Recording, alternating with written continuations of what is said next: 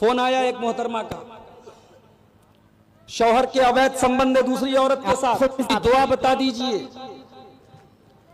कोई वजीफा बता दीजिए। मैंने कहा कि माफ करना मेरी बहन, आपके शौहर को दुआ की जरूरत नहीं है। जो शादीशुदा होकर के किसी दूसरी औरत के साथ अवैध संबंध बना रहा है, उसको दुआ और वजीफा की जरूरत नहीं है, उसको जूते और चप्पल की जरूरत है, उसका दिमाग ठीक करने की जरूरत है। इस्लाम, माफ कीजिए, सिर्फ मर्दों का दीन नहीं है। इस्लाम मर्दों और औरतों दोनों का दीन है। और ऐसा नहीं है कि इस्लाम ने औरत को दबाया है। ये हमारी और आपकी गलतियां हैं जिसकी वजह से आज इस्लाम बदनाम हो रहा है। अभी यूपी से एक जगह से खबर मेरे पास आई, मैं फोन पर मोबाइल पर किसी ने मुझको बताया, अल्लाह की कसम मेरे रोंगटे खड़े हो गए। 70 साल की बूढ़ी मां, शुगर की मरीजा थी, एक ही बेटा और बहू घर में रहते थे। 70 साल की बूढ़ी मां घर में जगह जगह पेशाब कर देती थी।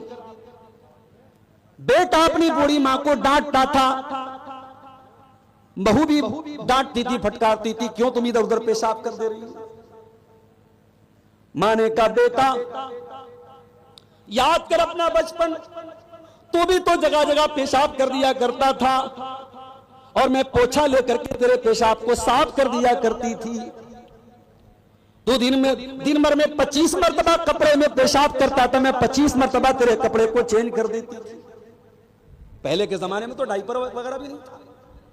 अब तो माशाल्लाह नए दौर की औरतें हैं, डाइपर है, वाइप्स है, फलाना है, ढकाना है, तो बहुत आसानी है।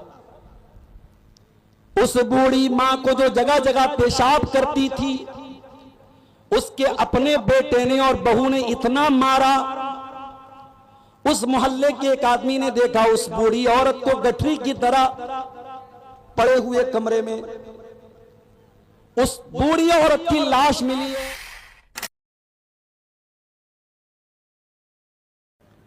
हालात बहुत अच्छे नहीं है।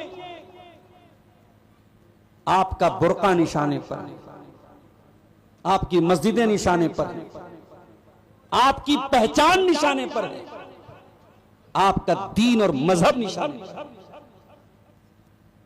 अगर आप अपनी बच्चियों को दीनी तालीम नहीं देंगे और इस तरीके के जो छोटे बड़े मदरसे आपके बिहार के मुख्तलिफ इलाकों में चल रहे हैं और खासतौर से सीमांचल में चल रहे हैं, इन मदरसों को अगर आप मजबूत नहीं करेंगे तो आने वाले वक्त में आपकी कौम की बेटियां कितनी बड़ी तादाद में मुर्तद होंगी, इर्तिदाद की राह पर जाएंगी, आप अंदाजा नहीं लगा सकते। दुनिया तो प्रोपेगेंडा कर ही रही है। इस्लाम ने औरत को बहुत दबा दिया, बहुत कमजोर कर दिया, बुर्के में कैद कर दिया, बच्चा पैदा करने की मशीन बना दिया। और माफ कीजिएगा, उसमें कुछ योगदान हमारी कुछ गलतियों का भी है। बहुत सारे घरों में वाकई में औरत पर जुल्म हो रहा है, मुसलमान कर रहा है। शराब पी के शौहर आ रहा है, बीवी को मार रहा है, पीट रहा है, बीवी बेचारी मेहनत कर रही है, काम कर रही है, परिवार चला रही है, और शौहर बेचारा आता है शराब के नशे में और बीवी को मारता भी है और अपने आप को तुर्रम खान भी समझता है। एक साहब ने मुझसे एक मर्तबा टेलीफोन पर, मोबाइल पर कॉल करके पूछा, हेलो साहब ने क्या पूछा, औरत का फोन आया। फोन आया एक मोहतरमा का, शौहर के अवैध संबंध है दूसरी औरत के साथ, दुआ बता दीजिए, कोई वजीफा बता दीजिए।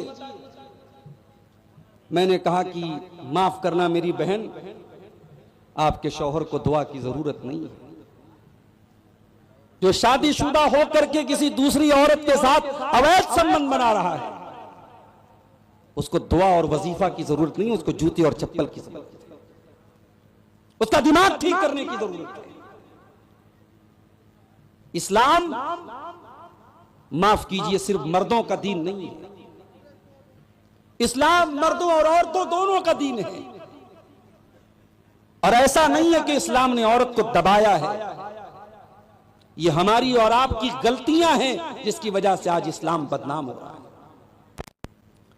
बीमार दवाई खाता नहीं, बदनाम तबीब का नाम हुआ। हुए काम बुरे तो मुसलमान से, बदनाम बेचारा इस्लाम हुआ। इस्लाम ने तो औरत को यह सम्मान दिया है। कुरान में मर्दों के नाम पर कोई सूरत नहीं उतरी, औरत के नाम पे सूरह निसा उतरी।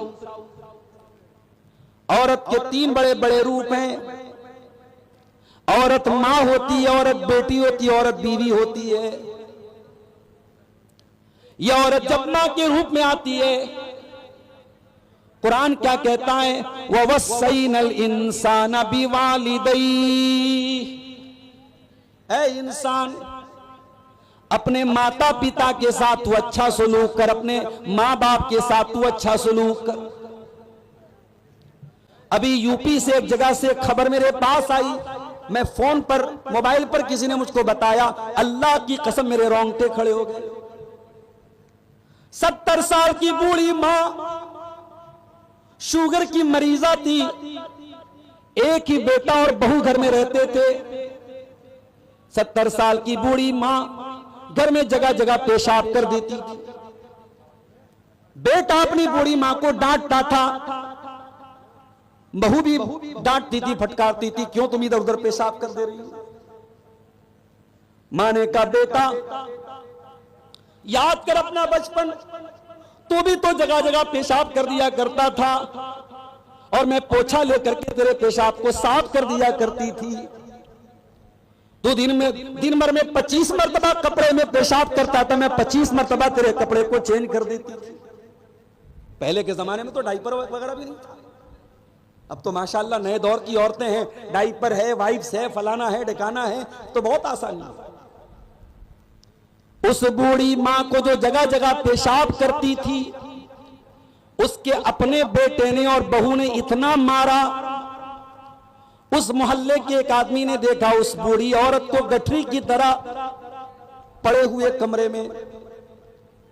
उस बूढ़ी औरत की लाश मिली है, और लाश ऐसी तरीके से मिली है कि चेहरे पर मारने के निशानात भी हैं, चोट के निशानात भी हैं। और पुलिस को और मोहल्ले वालों को पूरा डाउट है कि उसी बेटे और बहू ने मिलकर के अपनी मां को मारा है।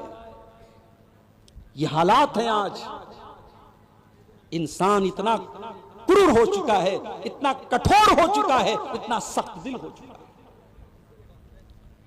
ववस्सैनल इंसान बिवालिदैहि। ऐ इंसान, तू अपने माता पिता के साथ अच्छा सलूक कर। हमलत उम्मुहु कुरहा, हमलत उम्मुहु वहनन अला वहनिन। तेरी मां ने तकलीफ दर तकलीफ से तुझको अपने पेट में रखा है। कुरान के 26वें पारे में अल्लाह ने फरमाया, ववस्सैनल इंसाना बिवालिदैहि इहसाना। हमने इंसान को हुक्म दिया, अपने माता पिता के साथ तू अच्छा सलूक कर। हमलतु उम्मुहु कुरहा व वज़अतहु कुरहा। तेरी मां ने बड़ी तकलीफ से तुझको पेट में रखा था और बड़ी तकलीफें झेल करके तुझको जन्म दिया था। 3 तकलीफें ऐसी है जो मां उठाती, पेट में रखने की तकलीफ, जन्म देने की तकलीफ, और 9 महीने तक दूध पिलाने की। इसीलिए बाप का दर्जा अपनी जगह है, मगर मां का दर्जा बाप से भी 3 गुना ज्यादा है। दुनिया वालों, तुम कहते हो इस्लाम ने औरत को क्या दिया है, आओ मैं तुमको बताऊं। इस्लाम ने औरत को यह सम्मान दिया है कि अगर औरत मां है तो बाप से 3 गुना उसका दर्जा ज्यादा है। जज़ाकल्लाह बेटा। अल्लाह के प्यारे नबी के पास एक सहाबी आए और आकर के सवाल किया, मन अहक्कुन नास बिहुस्न सहाबती। अय अल्लाह के नबी, मेरे अच्छे सलूक का सबसे ज्यादा हकदार कौन है? आपने फरमाया उम्मुका, तेरी मां है। पूछा उसके बाद कौन है? आपने फरमाया तेरी मां है। उसके बाद पूछा कौन है? फरमाया तेरी मां है। चौथी मर्तबा आपने फरमाया तेरा बाप है। जिस मां को इस्लाम ने यह दर्जा दिया था, उस मां को आज आपने गाली बना दिया। किसी से लड़ाई होती है, मां की गाली हम देते हैं। तुम्हें गाली देने के लिए बाप नहीं मिला, गाली देने के लिए भाई नहीं मिला, गाली देने के लिए कोई और मां मिली थी तुझे गाली देने के लिए, तो उन्हें मां को गाली बना दिया। नबी ने 3 मरतबा मां का नाम लिया। एक सहाबी अल्लाह के नबी के पास आए और कहा, अल्लाह के नबी, मैं जिहाद में जाना चाहता हूं, आपके साथ जंग में जाना चाहता हूं, मैं अपने मां बाप को छोड़ के आया हूं, रो रहे हैं मेरे मां बाप। आपने फरमाया, ऐ मेरे सहाबी, जाओ और अपने मां बाप को हंसा करके आओ जैसे तुम रुला करके आए हो। मां बाप को रुलाने की तुमको इजाजत नहीं है, उन्होंने हमेशा तुम्हें हंसाया है, उनकी वजह से तुम्हारे लब पर मुस्कुराहट आई है, लिहाजा तुम्हारी वजह से उनकी आंखों में आंसू नहीं आने चाहिए। जाओ अपने मां बाप को तुम हंसा करके आओ। औरत अगर मां है उसका यह दर्जा है, और यही औरत अगर बेटी बन के आती है, अल्लाह के प्यारे नबी क्या फरमाते हैं, मनिबुतुलिया बिहाज़िहिल बनाति शैअन कुन्न लहू सितरम मिनन नार। जिसको अल्लाह ताला बेटी देकर के आजमाता है, जिसका इम्तिहान अल्लाह ताला बेटी देकर के लेता है और इस इम्तिहान में वो खरा उतर जाता है, अल्लाह के प्यारे नबी फरमाते हैं, कुन्न लहू सितरम मिनन नार। वो बेटी अपने माँ बाप को जहन्नम की आग से बचाती है। ओ बेटी वालों, बेटी तो तुमको जहन्नम की आग से बचाने के लिए आई है, मगर तुमने क्या किया जरा गौर करो। कितनी बेटियां हैं, बाप अपनी बेटी से ढंग से बात तक नहीं करता। जवान बेटी से बाप बात करना भी अपनी इंसल्ट समझता है। बाप घर में आता है, बेटी जल्दी से कमरे में चली जाती है, बाप को देख के डर जाती है। हो लोगों, बाप बेटियों को डराने वाला नहीं, बाप बेटियों से प्यार करने वाला होना चाहिए। अल्लाह के प्यारे नबी जनाब मोहम्मद रसूलुल्लाह सल्लल्लाहु अलैहि वसल्लम कैसे बाप थे बेटी। हजरत आयशा फरमाती हैं, बुखारी की रिवायत है, जब हजरत फातिमा आती थी, नबी की बेटी जब आती थी, अल्लाह के प्यारे नबी अपनी बेटी का वेलकम करते थे, स्वागत करते थे, खड़े हो जाते थे और कहते थे, मरहबम बिबनती, ऐ मेरी बेटी तेरा आना मुबारक हो। और आप अपनी बेटी का हाथ पकड़ के चूम लेते थे और अपनी सीट पर अपने बगल में, अपने बाजू में अपनी बेटी को बिठाते थे। बेटी अगर है औरत तो प्यार और सम्मान के लायक है। हमारे यहां तो साहब कहते बेटी पराया धन होती, ये होगी किसी के यहां कहावत। हमारे यहां बेटी कभी पराई नहीं होती है, माफ कीजिए। इस्लाम में बेटी कभी पराई नहीं है। ससुराल चली गई है, किसी की बीवी बन चुकी है, किसी की मां बन चुकी है, मगर मां बाप से उसका रिश्ता कभी नहीं टूटता है। और मैयारपुर वालों, तुम बेटियों को जहेज देते हो, काश कि तुमने जहेज बन करके बेटियों को वरासत में उनका हक दिया हो। जाओ बिहार और कटिहार के किसी भी आलिम से सवाल करके पूछो कि भाई अपनी बहन का हक दिए बगैर और बाप अपनी बेटी को जायदाद में, वरासत में उसके हक से महरूम करके अगर हज करने जा रहा है, उम्रा करने जा रहा है, क्या उसका उम्रा कबूल होगा अल्लाह ताला के? जाओ फतवा पूछ लो। ये कोई ऑप्शनल चीज नहीं है कि चाहो तो अमल कर लो। अल्लाह ने कुरान में जब वरासत बयान की, फरमाया वतिल्का हुदूदुल्लाह, ऐ मेरे बंदो, हम जो वरासत का मसला बता रहे हैं, बेटी का इतना है, बेटे का इतना है, शौहर का इतना है, बीवी का इतना है, बाप का इतना है, माँ का इतना है, हम ये जो मसला बयान कर रहे हैं, ऐ दुनिया वालों कान खोल करके सुन लो, वतिल्का हुदूदुल्लाह, ये अल्लाह की बनाई हुई बॉर्डर है, ये अल्लाह की बनाई हुई हद है। इंडिया की बांग्लादेश की बॉर्डर करीब है आपके यहां से, बांग्लादेश की बॉर्डर और नेपाल की बॉर्डर करीब है आपके यहां से। अगर बॉर्डर पर बीएसएफ के जवान बैठे हैं, अगर इल्लीगल तरीके से कोई बॉर्डर क्रॉस करता है फौरन सिपाही एक्शन लेते हैं। इल्लीगल तरीके से किसी को किसी दूसरे देश की सरहद में जाने की इजाजत नहीं है। अल्लाह कह रहा है वरासत का जो कानून हमने दिया है ये अल्लाह की बनाई हुई बॉर्डर है, ये अल्लाह की बनाई हुई हद है, ये अल्लाह की बनाई हुई लिमिट है। इसको क्रॉस करोगे तो तुम इल्लीगल माने जाओगे।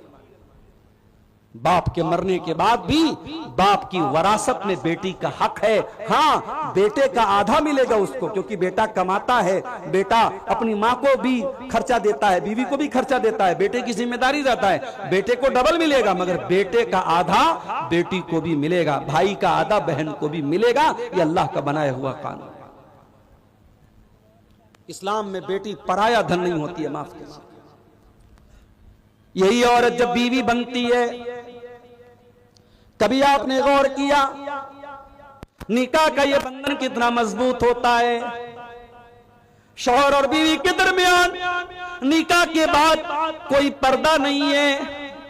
जब तक शादी नहीं हुई थी एक दूसरे को देखना भी जायज नहीं था। जब तक शादी नहीं हुई थी औरत के बदन को टच करना भी हराम था। जब तक शादी नहीं हुई थी औरत के बदन को देखना भी हराम था।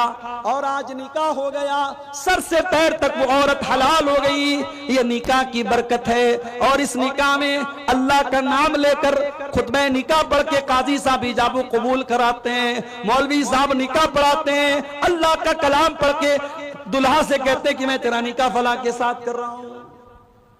अल्लाह का कलाम पढ़ करके ये निकाह किया जाता है। इसीलिए अल्लाह के प्यारे नबी ने अपने आखिरी खुतबे में हज्जतुल वदा के मौके पर अरफात के मैदान में 1.25 लाख सहाबा को खिताब करके फरमाया था, इत्तकुल्लाह फिन्निसा, ऐ लोगों तुम औरतों के बारे में अल्लाह से डरते रहना। फइन्नकुम अक़स्तमुहुन्ना बिअमानिल्लाह, क्योंकि तुमने जब निकाह किया तो उनको अल्लाह की पनाह में लिया है। वस्तहललतुम फुरूजहुन्ना बिकलिमतिल्लाह, और तुमने अल्लाह का कलाम पढ़ करके अल्लाह का नाम लेकर के उनकी शर्मगाहों को हलाल किया है। कल तक वो हराम थी, निकाह के जरिए तुम्हारे लिए हलाल है। और जब ये औरत बीवी बन के आती है, अल्लाह की कसम, गर्लफ्रेंड बॉयफ्रेंड के रिश्ते बहुत चल रहे हैं समाज में, हराम रिश्ते बहुत चल रहे हैं समाज में, मगर जो गलत है वो गलत ही रहेगा और जो सही है वो सही ही रहेगा। शौहर और बीवी का जो रिश्ता है, जो हलाल रिश्ता है, अल्लाह की कसम उसमें सुकून है। हराम रिश्तों में सुकून नहीं है। और यही वजह है कि आज गर्लफ्रेंड बॉयफ्रेंड को धोखा देके भाग जाती है। ये बर्गर और पिज्जा खाने वाली कौम जब हर चीज में फास्ट काम करने लगी, शॉर्टकट तलाश करने लगी, तो रिश्तों में भी शॉर्टकट तलाश किया जाने लगा। शौहर से मन भर गया तो शौहर को बीवी छोड़ के भाग रही है, बीवी से मन भर गया शौहर छोड़ के भाग रहा है। गर्लफ्रेंड बॉयफ्रेंड का रिश्ता बना, कुछ दिनों तक फायदा उठाया, फिर वो उसके रास्ते वो उसके रास्ते। कितनी बड़ी बेगैरती है, कितनी बड़ी बेशर्मी है कि एक दूसरे के तन से फायदा उठाया जाए, एक दूसरे के शरीर से फायदा उठाया जाए, और उसके बाद कहा जाता ब्रेकअप हो गया, ब्रेकअप हो गया। आज ब्रेकअप हुआ, कल पैचअप हुआ, इसके साथ ब्रेकअप हुआ, उसके साथ पैचअप हुआ। रिश्ता नहीं हुआ, कपड़ा है, डोरी है, बांधती नहीं, ये रिश्ता है मेरे प्यारे से। इसीलिए हराम रिश्ते में वो सुकून पैदा हो ही नहीं सकता जो निकाह में पैदा हुआ। ये अलग बात है कि हमने निकाह को भी आज एक मुकद्दस रिश्ते को भी आज हमने नापाक बना दिया। अब निकाह कहां होता है भाई साहब? अब तो सौदा होता है। लड़का जितना क्वालिफाइड है, लड़का जितना पढ़ा लिखा है, लड़का जितनी अच्छी जॉब पर है, उतना महंगा सौदा लगाया जाता है। 3 लाख देना पड़ेगा आपको। हमारे लड़के को बुलेट चाहिए, और थोड़ा अगर लड़का ज्यादा पढ़ा लिखा है, ज्यादा पैसा कमाने वाला, गवर्नमेंट जॉब में है, तो बड़ा सा मुंह खुल जाएगा, फॉर्च्यूनर चाहिए। और आजकल फॉर्च्यूनर से भी बढ़िया कोई गाड़ी आई है, पता नहीं क्या नाम है उसका, है लैंड क्रूजर वगैरह, तो खैर कुछ भी डिमांड कर दी जाती है। बेटियों का तुम सौदा कर रहे हो, बेशर्मी और बेगैरती की हद है।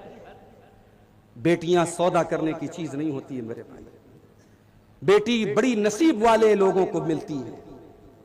मेरा तजर्बा है और तुम भी तजर्बा करके देख लेना।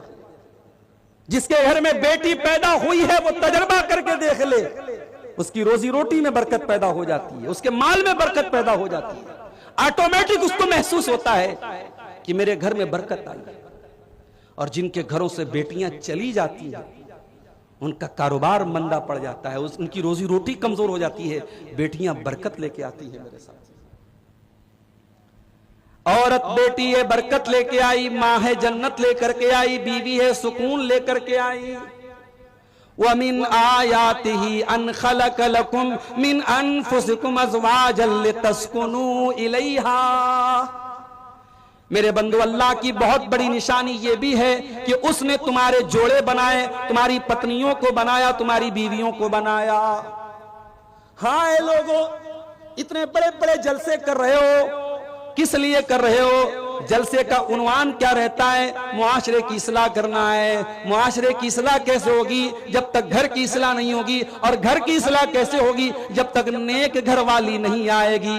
इसीलिए अल्लाह के प्यारे नबी फरमाते हैं, तुनकहुल मरातु लिअरबईन, जब औरत का निकाह होता है 4 चीजें औरत के अंदर लोग देखते हैं। ले मालिहा, पैसा देखते हैं, वले जमालिया, खूबसूरती देखते हैं, वले हसब या खानदान देखते हैं, वले दीनहा, और कुछ लोग दीनदारी देखते हैं। आपने फरमाया फज़फर बिज़ातिद्दीन, तुम दीनदार औरत को अपने घर में लेके आ जाओ, तुम कामयाब हो जाओगे। ओ लोगों, दीनदार औरत को लेके आ जाओ, वो तुम्हारी सिगरेट छुड़वा देगी, वो तुम्हारा रजनीगंधा छुड़वा देगी, वो तुम्हारा सूद और ब्याज छुड़वा देगी। तुम नेक औरत को लेके तो आओ अपने घर में। तुम तो नेक कहाँ लाते हो? तुम तो खूबसूरत लाते हो, तुम तो अपनी बरादरी की लाते हो, अपने खानदान की लाते हो, तुम दीनदारी को नहीं दे रही। औरत सुकून लेके आती है मेरे साथ। अच्छा, एक औरत है जिससे आपका कोई रिश्ता नहीं, जलसे में आप गए, वहां आपकी मां भी है, बहन भी है, बेटी भी है। मां का सम्मान करना है, बहन को इज्जत देना है, बेटी को इज्जत देना है। एक चौथी औरत आई, कोई रिश्ता नहीं है मेरा उसके साथ, मैं दूसरे गांव से आया हूं, वो मैयारपुर की लड़की है, मैयारपुर की औरत है, मेरा उससे कोई रिश्ता नहीं है। मैं भी जलसे में जा रहा हूं, वो भी जलसे में जा रही है, सामना हुआ। कुरान क्या कहता है? कुल्लिल मोमिनीना यगुज़्ज़ू मिन अबसारिहिम।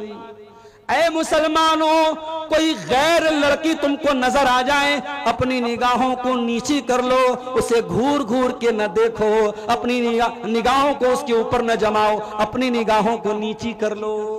अल्लाह अकबर। इस्लाम ने औरत को कितना सम्मान दिया है।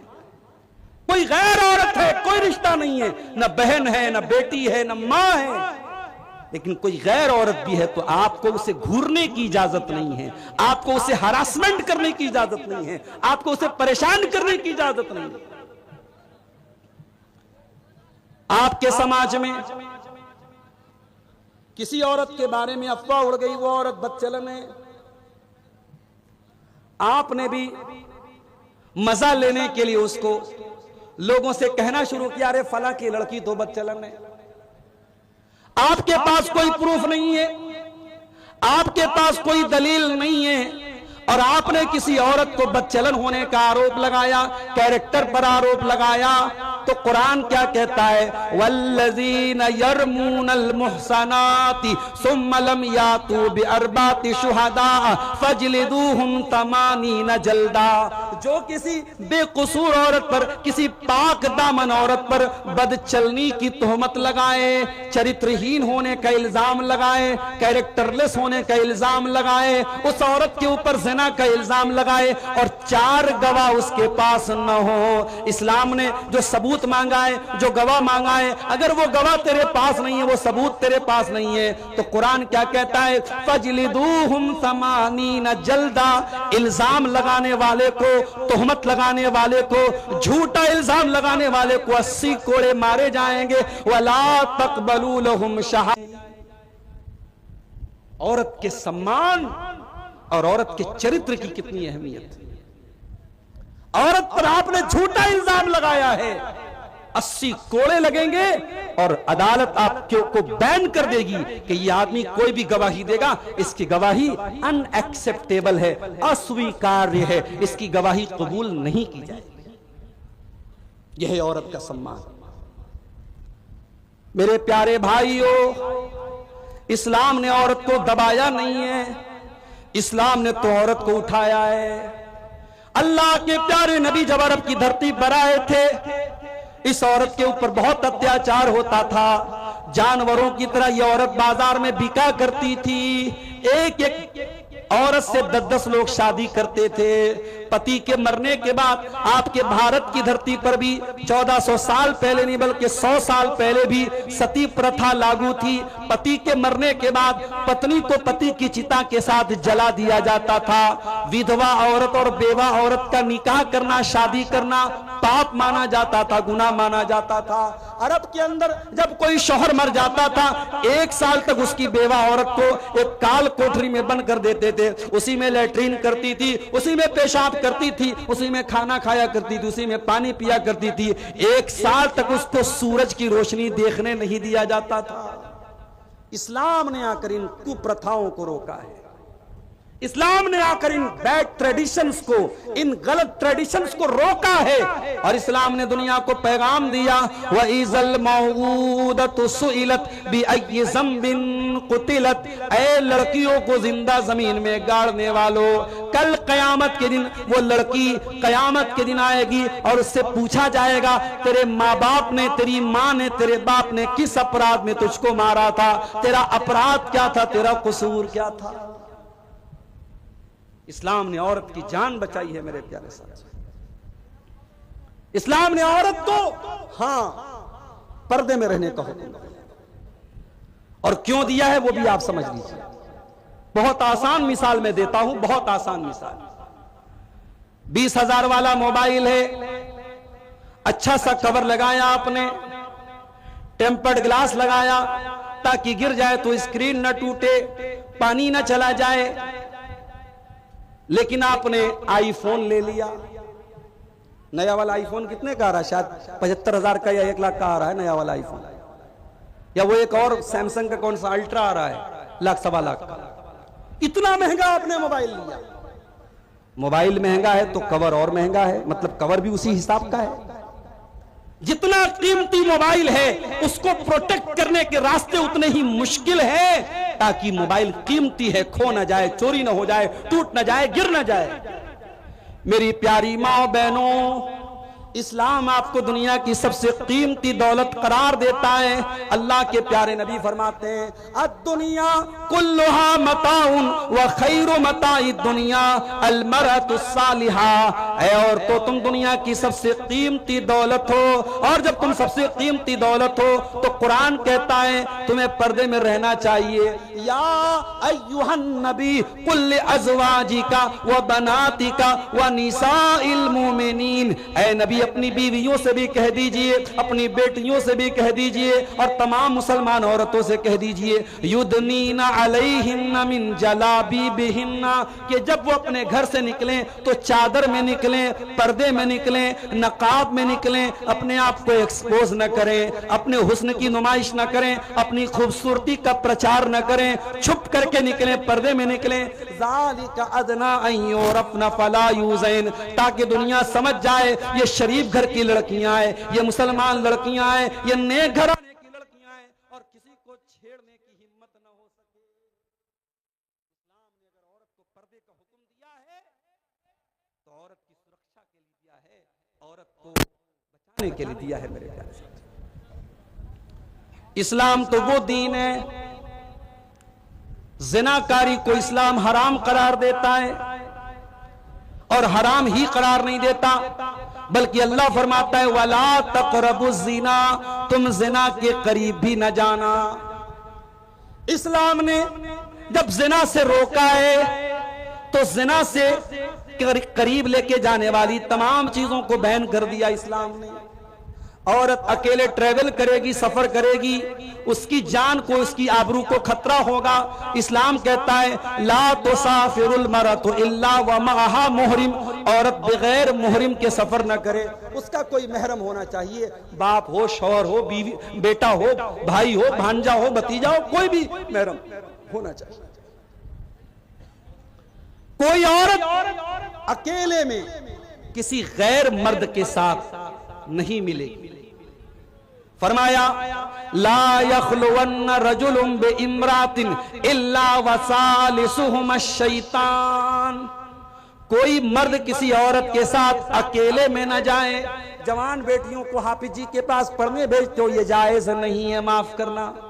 बहुत नेक इंसान है हाफिज साहब, बहुत अल्लाह वाले मौलवी साहब, मगर जवान बेटी को किसी मर्द के पास तालीम के लिए भेजना ये सही नहीं है। अगर पर्दे के बगैर तालीम हो रही है और आपकी जवान बेटी मौलवी साहब के पास और हाफिज साहब के पास जाके तालीम हासिल कर रही है, तो आप जिना को दावत दे रहे हो, आप हराम काम को दावत दे रहे हैं। कुरान कह रहा है वला तक़रबुज़ ज़िना, जिना के करीब भी मत जाओ। मस्जिद में औरत नमाज पढ़ने आ सकती है। नबी के दौर में भी औरतें आती थीं।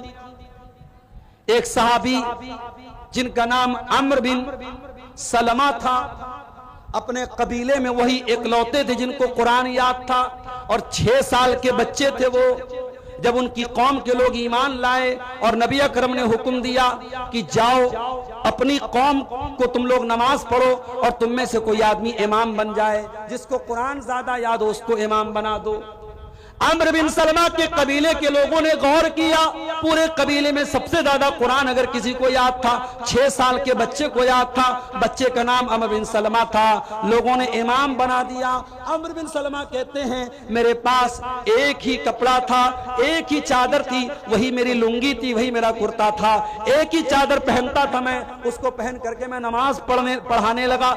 जब मैं रुकू में जाता था तो मेरी सुरीन नजर आ जाती थी, मेरी पीछे की शर्मगाह नजर आ जाती थी। औरतों ने कंप्लेंट की शिकायत की, कहा कि अरे कम से कम अपने इमाम की शर्मगाह तो ढांप दो, अपने इमाम की पीछे की शर्मगाह तो कवर कर दो, इतना कपड़ा तो लाके उसको दे दो। हजरत अम्र बिन सलमा कहते हैं मेरी कौम के लोगों ने मुझे चादर लाके दी, उतनी खुशी मुझे हुई कि उससे ज्यादा मुझे खुशी कभी नहीं हुई थी। पता यह चला कि नबी के दौर में औरतें मस्जिद में आती थी, उनका इंतजाम होता था।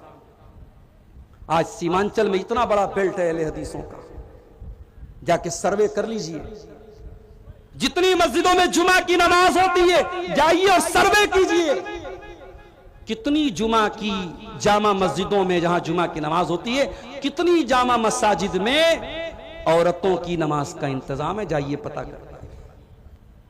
मेरा एक अंदाजा है कि शायद अगर 100 मस्जिदें होंगी जहां जुमा हो रहा है तो 90 मस्जिदों में औरतों का इंतजाम नहीं है। माफ कीजिए, सीमांचल की बात कर रहा हूं। आपकी औरतें साल में एक बार जलसा हो रहा है, और माफ कीजिएगा आप यहां जलसा कम और मेला ज्यादा होता है।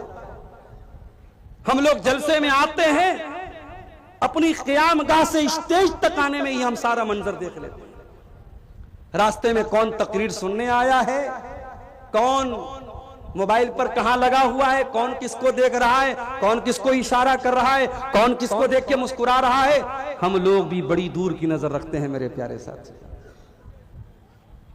आप गौर कीजिए कि आपकी औरतें और लड़कियां साल में एक जलसे में आ रही हैं और आप ये एक्सपेक्ट करते हैं, ये उम्मीद करते हैं कि वो दीन सीख लेंगी।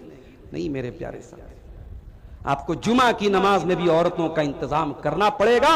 और आप ये मत कहिएगा हम बहुत गरीब लोग हैं। नहीं, आप गरीब लोग नहीं हैं। आपकी शादियां देख के नहीं लगता है कि आप गरीब हैं।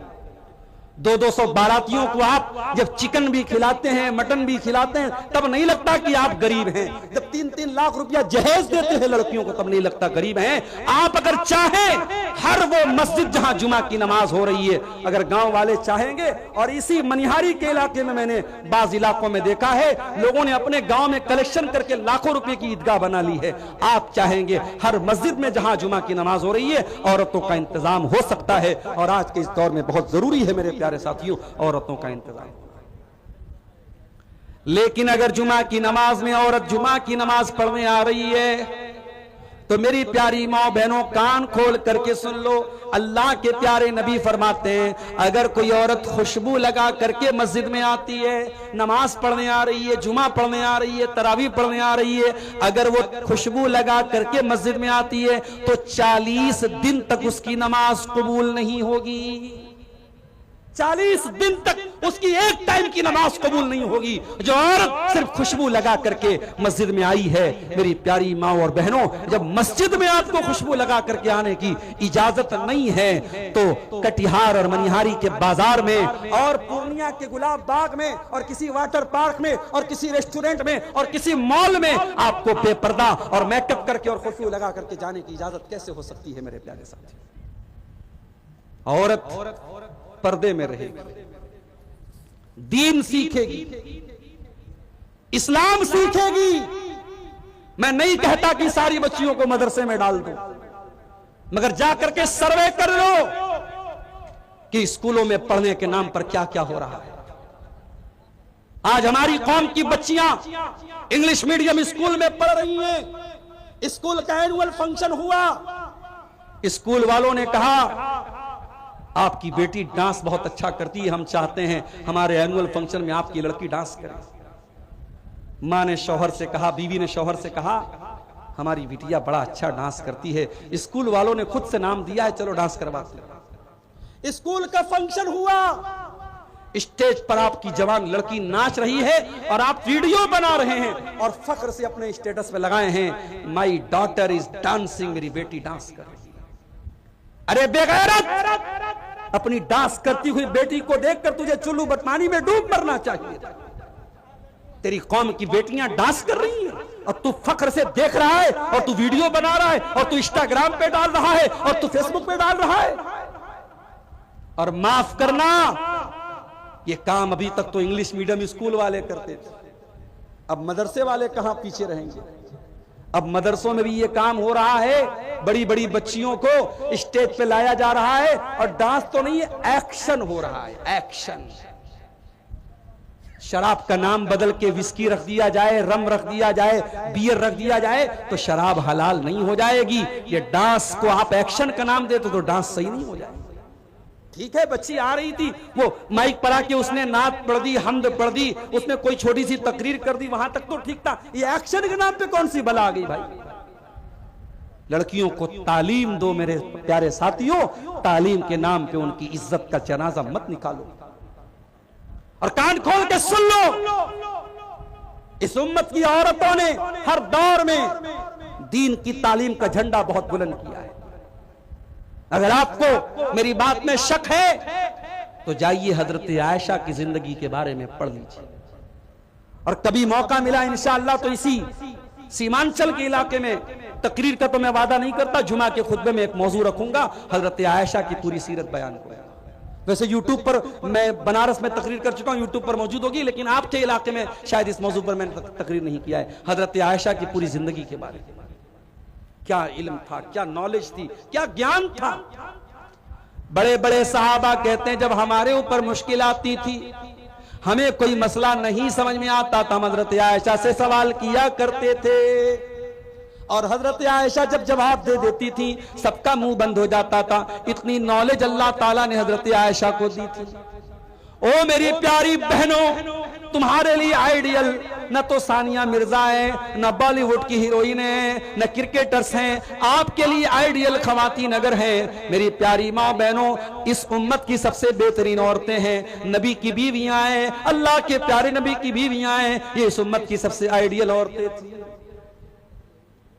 मेरी प्यारी माँ बहनों, आज जरा सी शौहर की कमाई में कमी आ जाए, आपके माथे पर बला जाता है, आपकी पसंद की साड़ी शौहर न दिलाए, आपकी पसंद का सूट न दिलाए, आपकी पसंद का खाना घर में न बने तो आपको गुस्सा आ जाता है। मेरी प्यारी माँ बहनों, कभी मौका मिले अल्लाह के प्यारे नबी की बीवियों की हालात भी पढ़ लीजिए। हजरत आयशा अपने भांजे उर्वा से कहती हैं, ऐ उर्वा, हम आसमान में एक चांद देखते थे, दूसरा चांद देखते थे, तीसरा चांद देखते थे, 2-2 महीने गुजर जाया करते थे। वमा यूक़दु फी अबियात रसूलिल्लाह सल्लल्लाहु अलैहि वसल्लम नार, अल्लाह के रसूल के घर में 2-2 महीने तक चूल्हा नहीं जलता था।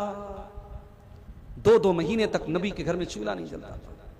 हजरत उर्वा ने पूछा, या खालतो फमा कान युईशुकुम, ऐ खाला जान, जब चूल्हा नहीं जलता था, जब खाना नहीं बनता था, तो 2-2 महीने तक आप लोग कैसे रह लेते थे? फरमाया अत्तम्रु वल मा, खजूर खा करके और पानी पी करके अल्लाह के नबी के घर वाले और अल्लाह के नबी की फैमिली गुजारा कर लेती थी। मदीना आने के बाद कभी अल्लाह के प्यारे नबी के घर में लगातार 3 दिन तक गेहूं की रोटी नहीं बनी। ये लाइफ स्टाइल था अल्लाह के नबी की बीवियों का। मेरी प्यारी माँ बहनों, अगर ऐसी जिंदगी आपको गुजारने दे दी जाए, आप तो 1 हफ्ता नहीं रह पाएंगी। नबी की बीवियों ने सारी जिंदगी नबी के साथ गुजारा किया, कभी लब पर कोई शिकवा न लाई, कभी जुबान पर कोई शिकायत नहीं लाई। एक मर्तबा, आज मैंने घड़ी नहीं लगाई है, टाइम ज्यादा हो जाए तो पता है 12 बज चुके हैं, मेरे निकलने का भी टाइम हो रहा है। मदरसा वालों के पास जमीन नहीं है, चंदा कराना है। भैया चंदा कराना बड़ा मुश्किल काम है, और यूट्यूबर भाइयों ने तो वो भी नहीं छोड़ा, अब चंदा करा रहे उसका भी वीडियो बना रहे हैं। फेसबुक पर एक साहब ने चंदे वाला वीडियो डाल दिया, हमसे लोग पूछने लगे आप सीमांचल में चंदा करा रहे हैं। अब चंदा कोई खराब चीज नहीं है, लेकिन चंदे का एक हुनर होता है, वो हम लोगों के पास नहीं है। वो जो हमारे हजरत अली साहब हैं, अख्तर आलम मिफ्ताही साहब हैं, और भी जो बंगला मुकर्रीन है, वो बेचारे चंदा लोगों को पकड़ पकड़ के, दबाव डाल के, जोर डाल के, जो 5,000 लेने वाला उसकी जेब से 10,000 निकलवा लेते, वो सब हुनर हम लोगों के पास नहीं है मेरे भाई। हम जुबान से कह सकते हैं, टाइम हमारे पास कम है। मैं तकरीर के आखिरी पॉइंट पर हूं, 5 मिनट आपके सामने रुकूंगा तकरीर खत्म करके। आपको जो चंदा देना हो, अगर आप मोहब्बत रखते हैं मदरसे से, दीन से, उलमा से, और आप चाहते हैं कि कौम की बच्चियां एक अच्छे इदारे में पढ़ें, आप आइए और अपना चंदा यहां लिखवाइए, दे के जाइए। मैं सबके लिए दुआ करता हूं, अल्लाह सबके चंदे को कबूल फरमाए। आखिरी बात रख रहा हूं, 12 क्रॉस हो रहा है। मैं बात यह कर रहा था औरत की तालीम के बारे में, हजरत आयशा के बारे में मैं बात कर रहा हूं।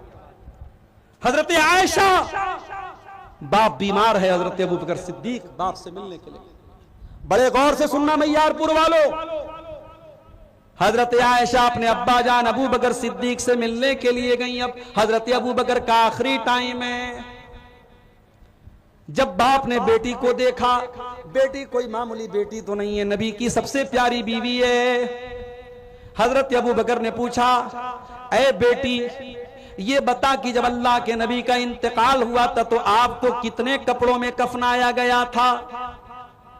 कहा कि अब्बा जान, कुफ़्फ़िना रसूलुल्लाह सल्लल्लाहु अलैहि वसल्लम फी सलासत बीज़िन सुहूलियतिन, अल्लाह के प्यारे नबी को 3 कॉटन की चादरों में, 3 सूती कपड़ों में कफनाया गया था। कहा कि ऐ मेरी बेटी, ये मेरा कपड़ा रखा हुआ है, वहीं पर सफेद रंग का एक कपड़ा रखा था जो बीमारी के दिनों में हजरत अबू बकर पहना करते थे, उस पे दाग धब्बे भी लगे थे। कहा है मेरी बेटी, एक कपड़ा ये ले लेना और 2 कपड़ा और ले लेना, और नबी की सुन्नत के मुताबिक मुझको भी 3 कपड़ों में कफनाना। पता ये चला कि सहाबा मरने में भी नबी की सुन्नतों पर अमल करते थे। मैयत के ताल्लुक से भी आज हमारे यहाँ बहुत सारी बिदात है। मैं सीमांचल के हालात नहीं जानता, बनारस में बहुत सारी बिदात अहले हदीसों में तो कम है, दूसरों के यहाँ बहुत सारी है। तीसरे दिन तीजा हो रहा है, 40वें दिन 40वां हो रहा है, कुरान खानी हो रही है, और मुर्दे को जब दफनाने लगते हैं तो बैर की पत्ती को कब्र में डाल रहे हैं, दफनाने के बाद कब्र पे खड़े होकर अजान दे रहे हैं, बहुत कुछ हो रहा है। मगर याद रखो मेरे प्यारे साथियों, हमें मैयत के ताल्लुक से और मरने वाले के ताल्लुक से भी हमें कोशिश ये करनी चाहिए कि हम प्यारे नबी की सुन्नत पर अमल करें। हजरत अबू बकर ने कहा कि मेरी बेटी, जब नबी के कफन में 3 कपड़े थे तो मेरे कफन में भी 3 कपड़े रख। सबक ये मिला, मैयारपुर के गैरतमंद मुसलमानों, हमको सबक ये मिला कि बेटी को इस लायक बनाओ कि बेटी से बाप मसला पूछना पड़े तो बाप बेटी से मसला पूछे। अपनी बेटियों को इस काबिल बना दो कि जब कभी जिंदगी में मुश्किल टाइम आ जाए तो आपकी बेटियां आपको मसला बयान करें। और अभी कुलासी चौक पर एक साहब मुझको मिले, कई बेटों और बेटियों के बाप हैं। उनकी एक बात मुझे बड़ी अच्छी लगी, उन्होंने कहा मौलाना साहब, मेरी एक ही तमन्ना है, जब मेरा इंतकाल हो जाए, मेरे जितने बेटे हैं हर बेटा इस लायक हो कि अपने बाप का जनाजा पढ़ा सके, वहां ये देखना ना पड़े कि बाप का जनाजा कौन पढ़ाएगा। मौलवी मौलवी साहब, मैं हर बेटे को आलिम दीन बना रहा हूं, हर बेटे को हाफिज कुरान बना रहा हूं, हर बेटे को इस लायक बना रहा हूं कि वो बेटा मेरे जनाजे की नमाज पढ़ा सके, हर बेटी को दीन का इल्म दे रहा हूं ताकि कल जब मैं मर जाऊं मेरी बेटियां मेरे लिए दुआ कर सकें। मेरे प्यारे भाइयों, ये सोच हर मां की होनी चाहिए, ये सोच हर बाप की होनी चाहिए। अपनी औलाद को इल्म दीन सिखाओ। मेरे साथ मैं नहीं कहता आप इंग्लिश मीडियम स्कूल में पढ़ाओ, आपका बेटा आईएएस ऑफिसर बन जाए, बड़ी खुशी की बात है। हमारी कौम को आईएएस ऑफिसर्स की भी जरूरत है। आपकी बेटियां डॉक्टर बन जाएं, हमारी कौम को लेडीज डॉक्टर की भी जरूरत है। आपके बच्चे वकील बन जाएं, हमें अपने कमजोर और मजलूम भाइयों का केस लड़ने के लिए अच्छे वकीलों की भी जरूरत है। लेकिन माफ करना, हमें वकील वो चाहिए जो रिश्वत ना ले, ईमानदार हो, अल्लाह से डरने वाला हो। हमें डॉक्टर वो चाहिए जो मरीजों का खून न करे, मरीजों का खून न चूसे, जो ईमान। अभी लखनऊ का एक डॉक्टर है, सर्जन है, माशाल्लाह चेहरे पर दाढ़ी भी है, तहज्जुद पढ़ता है, और जब मरीज का ऑपरेशन करता है, मुझे लखनऊ के एक साहब ने बताया, मौलाना साहब इतना बेहतरीन डॉक्टर है कि ऑपरेशन के पहले 2 रकात नमाज पढ़ता है, और ऑपरेशन के वक्त ये कहता है कि देखो भाई, मैं मुआलिज हूं, मैं सर्जन हूं, मैं इलाज कर रहा हूं, लेकिन शिफा अल्लाह के हाथ में है। और 5 टाइम का नमाजी है, सोमवार को नफिल रोजा रखता है, जुमेरात को नफिल रोजा रखता है। आज ऐसे डॉक्टर भी हमारी कौम को चाहिए मेरे प्यारे साथियों, जो दीनदार हों। आज हमारे कौम को अच्छे वकील भी चाहिए, आज हमारे कौम को अच्छे पॉलिटिशियन भी चाहिए, जो ईमानदार हों, जो नेक हो, जो दीनदार हों। मैं तालीम से मना नहीं कर रहा हूं, लेकिन हाँ, मकान की फाउंडेशन मजबूत होनी चाहिए। अपने बेटों और बेटियों को दीन की तालीम दो। मेरे प्यारे साथियों, हम अल्लाह से दुआ करते हैं, रब्बुल आलमीन हमें अपनी बेटियों को दीनी तालीम देने की तौफीक अता फरमा।